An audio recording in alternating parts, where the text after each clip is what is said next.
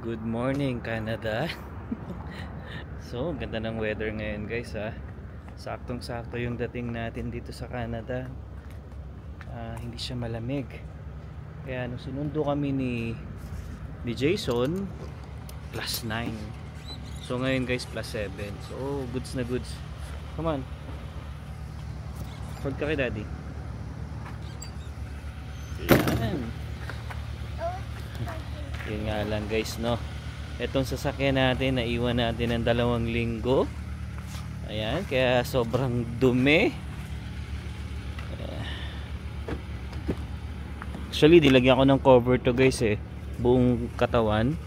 Ayan. So yun nga lang, guys, may part na nung first week ata namin sa Pilipinas, malakas yung hangin dito. Kaya yun, nililipad siya. Buti na lang yung kapatid ko nandito nga. Say hi. Hi, welcome to Canada. Sama Hot Wheels. Sama Hot Wheels, okay. So, welcome to Canada, sabihin mo. Welcome. Ito, kapapaligo ko lang kumain ng Oreo. Ang dumi na naman ng bunganga. Ayan. Sabi ko magpunas ng wet tissue. Ayan. Oh, seat belt na. Put na natin yung belt. Yes, later na. So, yun, guys, no. Balik ulit tayo dito sa Canada. Ito, hindi pa rin pala tapos itong ginagawa dito. Ayan, o. Ayan, hanggang doon. Ayan. Hindi ko alam kung anong ginagawa dyan. Bala ko magpa-car wash ngayon, guys, kasi gusto ko matanggal to. Kasi 2 weeks tayong nasa Pilipinas. Actually, gusto ko sana bago umuwi ng Pilipinas, hugasan ko to. Kaso ayun, hindi na nga nagawa. Kaya bala ko ngayon. Okay. So yun, so ang gagawin namin ni Zion ngayon, guys, ay yun nga, baka magpa-car wash ako, pero hindi ko pa sure kung magpapa-car wash nga ako. Depende.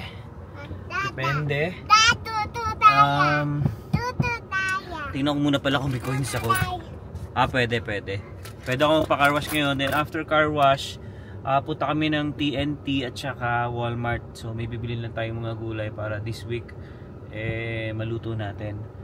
Ayan, so yun, it's nice to be back dito sa Calgary, no? And yun nga, guys, no, kwento ko na lang din bago tayo bumiyahe. Total, pinapainit ko pa yung sasakyan.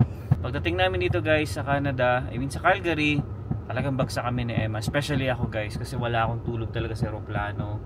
Talagang hirap na hirap ako dun sa upuan. Mali kasi yung guys, yung upuan na napili namin ni Emma. Actually, wala namang bayad yung paglipat namin ng upuan. Naghangad lang kami na nasa likod na nga para hindi hindi istorbo. Yung pala, yung upuan namin kasi wall kasi agad siya. So wala tao sa likod Kumbaga wall siya. Hindi siya masyadong nabibend. So konting-konti lang yung nabibend ng upuan. Hindi katulad pagka nasa normal seats ka talaga. Ano mo talaga siya Alam mo yun, kahit paano mahihiga mo siya ng konti. Pero doon sa napili namin, talagang doon ako nahirapan talaga. Kasi ako, guys, sa totoo lang, hindi naman sa pag-inarte, naman kasi sabihin nyo maarte ako.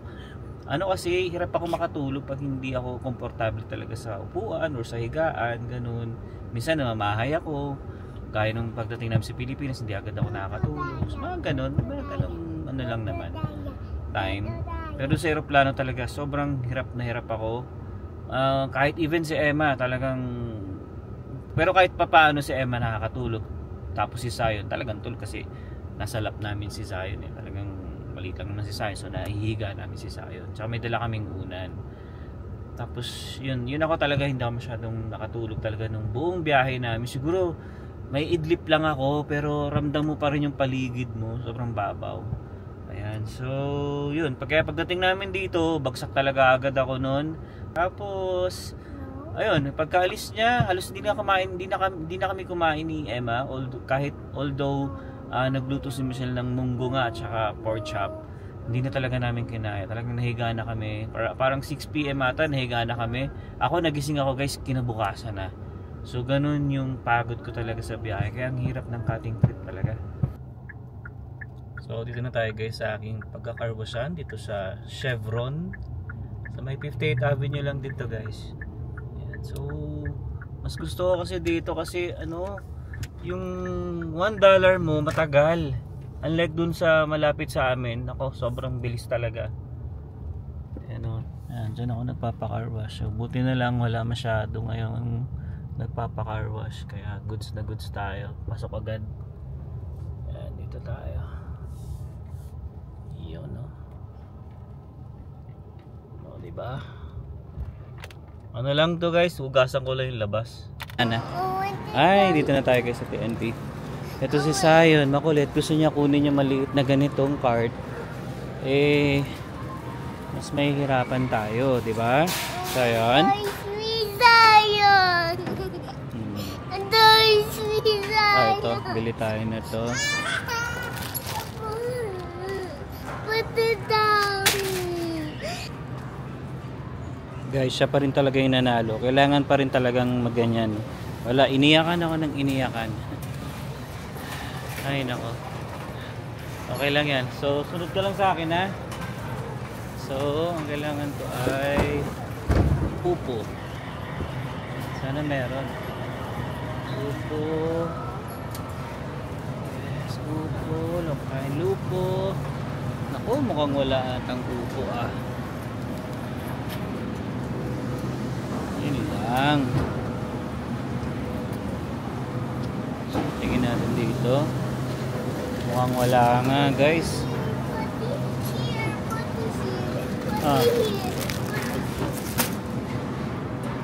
Parang wala nga upo. Ay, ako. So sa bagay pupunta naman tayo mamaya ng Walmart. Katabi lang naman na to. So sana may upo doon. So bilhin ko na lang yung kailangan ko dito. Banana. Yeah, kailangan banana. Yes. Tayong banana. Sana ba yung banana? Ito. Oh, mahal na palang banana ngayon. Oh, 0.89. Dati, 0.79 lang to eh. Yeah, okay, plastic.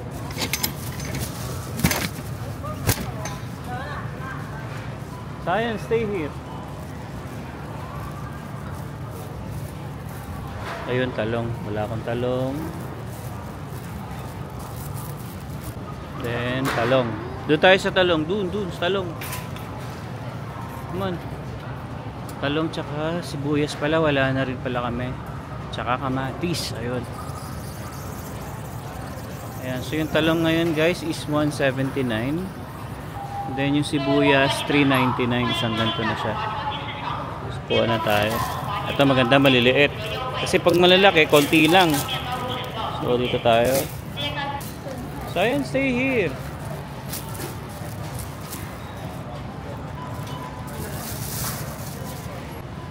Wala talaga akong makitang upo. Sayang. So, sa bagay, dadaan naman tayong Walmart. Go straight, Zion. Ayan. So, ito yung mga pinamili ko muna ngayon, guys. To. Ayan. Sibuyas, talong. Tapos yung iba na kay Zion. Zion dito. Sam. Ayun yung iba kay Zion. Banana. Tsaka ano, pechay. Ayan. So tara, hanap tayo ngayon naman ng galunggong. Isda muna ulit tayo.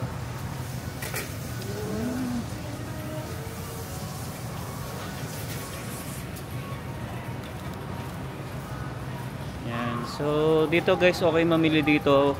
Pero mas marami sa Hong Kong actually. Medyo malayo-layo lang sa atin kasi yun. Kaya dito na lang kami pumunta ni Zion. Tsaka yung pinag-carwashan ko kasi mas malapit. Ayan, so ayan, so hanapin ko lang muna guys yung galunggong tsaka bangus pala. Ito guys yung galunggong, $4.99 per pound. So bili na tayo ng dalawa.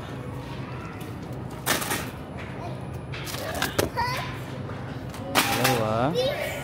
Tapos naalala nyo guys yung vlog namin na kumain kami sa ano, sa Bulacan. So yung pampano na ganito, Sinigang 400 isang ganito. So dito 12.99 per pack.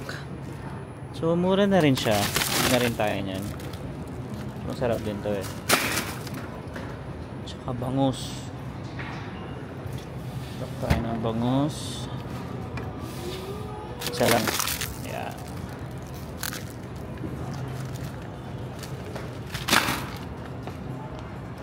So yan yung mga kailangan natin. More on fish tsaka muna tayo, tsaka vegetables. Gulay-gulay muna.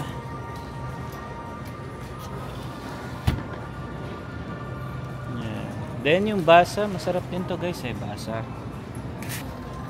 Come on, let's go. We're done. So guys, nakamagkano agad tayo? $85. Ganun kabilis, no? Isipin nyo, konti lang nung nabili natin, ano? Parang ilang gulay lang yon, 4 na klaseng gulay, isda, pero marami naman yung isda, ano pa, yun lang naman, no? Pero kaya guys, nung nag-grocery kami sa Pilipinas, tuwang-tuwa kami kasi yung halagang 15,000 mo, napakarami na. Dito parang halos wala pa sa 1/4 ng ano eh, ng cart eh. Pero anyway, ganun talaga guys, no? Ganun talagang presyo dito sa Canada. Medyo mataas talaga. Alright, so ngayon punta naman tayo sa Walmart. Dito lang, katabi lang yan. Bili lang tayo nung upo. Kasi request na Emma, ano eh, upo naman, no? Kasi hindi pa kami nakakapag-upo ulit. Kaya bili muna tayo doon. Sayang nga eh, kung meron dito, okay na sana, hindi na tayo pupunta doon. Pero yeah, kalapit lang naman. So let's go. Okay guys, dito na tayo sa Walmart. Bibili lang tayo ng kulang natin. Yan si Sayo, napakakulit pa rin talaga. Kuha tayo ng ating cart dito kasi medyo mabigat din yung kukunin natin eh. Ang ganda lang dito sa Walmart, hindi mo na kailangan maghulog ng piso. Wala, ang maliit dito. Walang maliit. Wawa. Tulak mo na lang, push mo na lang, dali. Come on. Push. Tutulungan kita. Hindi pwedeng ikaw lang.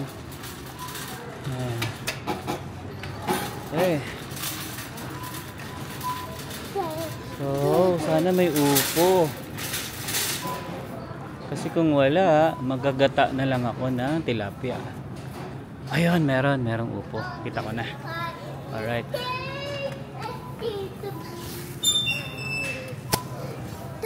Walan tayo. Tapos nakita ko na. Nandito na siya. Let's go. Dito siya, oh. Request ni mami mo, ito. Upo. Ito guys. Request ni Emma. Ayan. Hingalay mga upo dito guys. Hindi katulad nung sa atin, no? Malalaki. Isa lang ganito siguro pwede na. Ayan. So magkano to? 2.97 per pound. Okay. So, that's it. At saka drinks na lang. Si Zion, gusto niya itong takis na to. Akala niya masarap. Ito, itong takis na to. Akala niya pambata na pagkain. Alright, so tara. Put tayo ng ano. Get tayo ng drinks. Mag-run.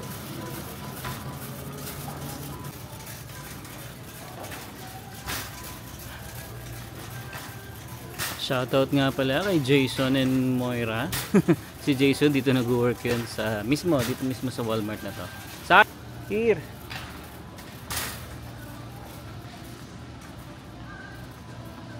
Bahala ka dyan, iwan kita. Bye.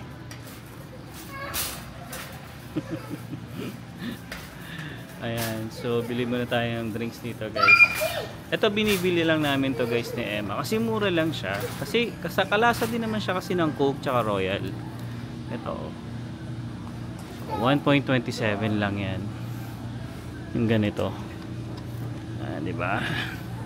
Kasi pag yung normal na Coke, tingnan nyo kung magkano. $2 isa. No? So, kahit pa paano makakatipid ka ng konti. Pero, ilang liters ba to? 2 liters. Hindi ko napansin kung 2 liters din to. Pero I think 2 liters din naman to. Oo, 2 liters din. Wala ko talaga sa ano, nilayo niya pa. Parehas lang lasa niyan, guys. Yun na yun din. Tsaka royal. Ito. Yan. Okay. So, yan lang naman ang ating Sayo, let's go. Come here. Here. Yan. At saka gusto ko nga rin pala ng apple juice para kay Sayon. Bili na rin tayo nito dalawa. No, this one is this one. No, come on. Ito. Kasi si Sayon mahilig sa ano, sa apple. Hindi yan, pangit yan. Ito tayo dito. Yan, dyan tayo sa ano. Ito lang naman talaga ang bibiling ko dito. Ito nga lang ba? Yeah, I think ito lang naman kulang ko sa ano, sa gulay, upo. Okay? It's banana. So, uwi na muna tayo. Tinihintay tayo ni Mami. Si Sayon kasi, Emma kasi guys, iniwan ko kasi medyo masama yung pakiramdam dahil sa travel nga namin. Pagod. Kaya iniwan ko muna. Pag iniwan ko rin kasi si Sayon sa kanya, makulit. Hindi makakapagpahinga si Emma kaya sinama ko na rin. Hindi baling sa akin siya magkulit, wag lang kay Emma. Para makapahinga din naman yung isa. Ayun guys, so uwi na tayo, no. Yan, nakapagluto na rin ako ng upo. Nakapagprito na rin ako ng galunggong. Pero si Emma tulog pa rin. Ayun, si Sayon pumunta siya.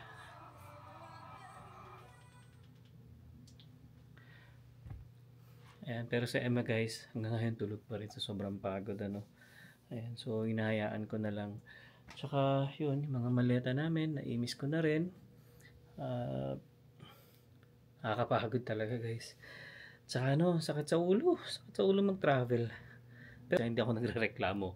Sobrang nag-enjoy kami ni Emma guys sa Pilipinas. 2 weeks lang guys na na-spend kami doon. Sobrang masaya. Especially si Emma, no, kasi nakasama niya yung family niya. Ako naman, si Kuya, syempre nakasama ko din kahit paano. At sobrang happy ako. At nakasama ko si Kuya. At talagang, guys, ito totoong nilutuan niya ako ng masasarap na pagkain. Noong una nga, sabi ko, magkano yung babayaran ko sa kanya. Kasi, syempre, nagpabili tayo. Kasama ko family ni Emma. Siya lahat gumastos ng pagkain namin. Kaya, sobrang proud ako doon sa kuya ko na yun. Saka sobrang bait kasi nun. Totoo lang.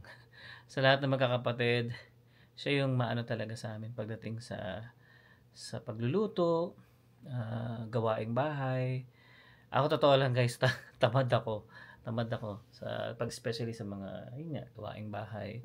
Pagdating naman sa pagluluto guys, no, yun, pamula nung kinasal kami ni Emma, doon ako nag-start magluto talaga yung ng pagkain. Yun nga, pagdating sa magkakapatid, yun, si Kuya talaga yung siya yung mahilig talaga magluto. Ayan, so anyway, wala, sobrang yung pagod namin ay hanggang ngayon nararamdaman talaga namin. Sakit sa ulo, kasi tapos adjust ka pa syempre sa oras. Kahit sabihin mo na 2 weeks lang kami doon, syempre yung transition nung katawan natin, syempre iba. Ayan, so siguro next time nga, sabi nga namin ni Emma, pinag-uusapan nga namin if ever na uwi kami this December ulit or next year, depende kapag may budget, no. Siguro mas pipiliin namin yung hangga't maaari yung dalawang lipat na lang ng eroplano. Katulad ng kasi nung nagtingin kasi kami guys ng ticket, kasi talagang biglaan lang din yung uwi namin. Parang bumili kami ng ticket, I think Tuesday night, tapos nag-flight kami Sabado na. So biglaan lang talaga. And buti pinayagan nga si Emma na doon sa work niya ng 2 linggo. Ayan. So unang tingin namin ng ticket, nakakita kami Calgary to Japan, Japan to Philippines. So, 2 palit lang. Ang problema naman doon, Nung time na tinitignan ko siya, undecided pa talaga si Emma eh. So, chinek naman yung yung mga website ng mga airlines. So nakita ko yung Japan nga. Ang problema doon, ikaw yung magta-transfer ng ng maleta mo. Nakalagay doon eh.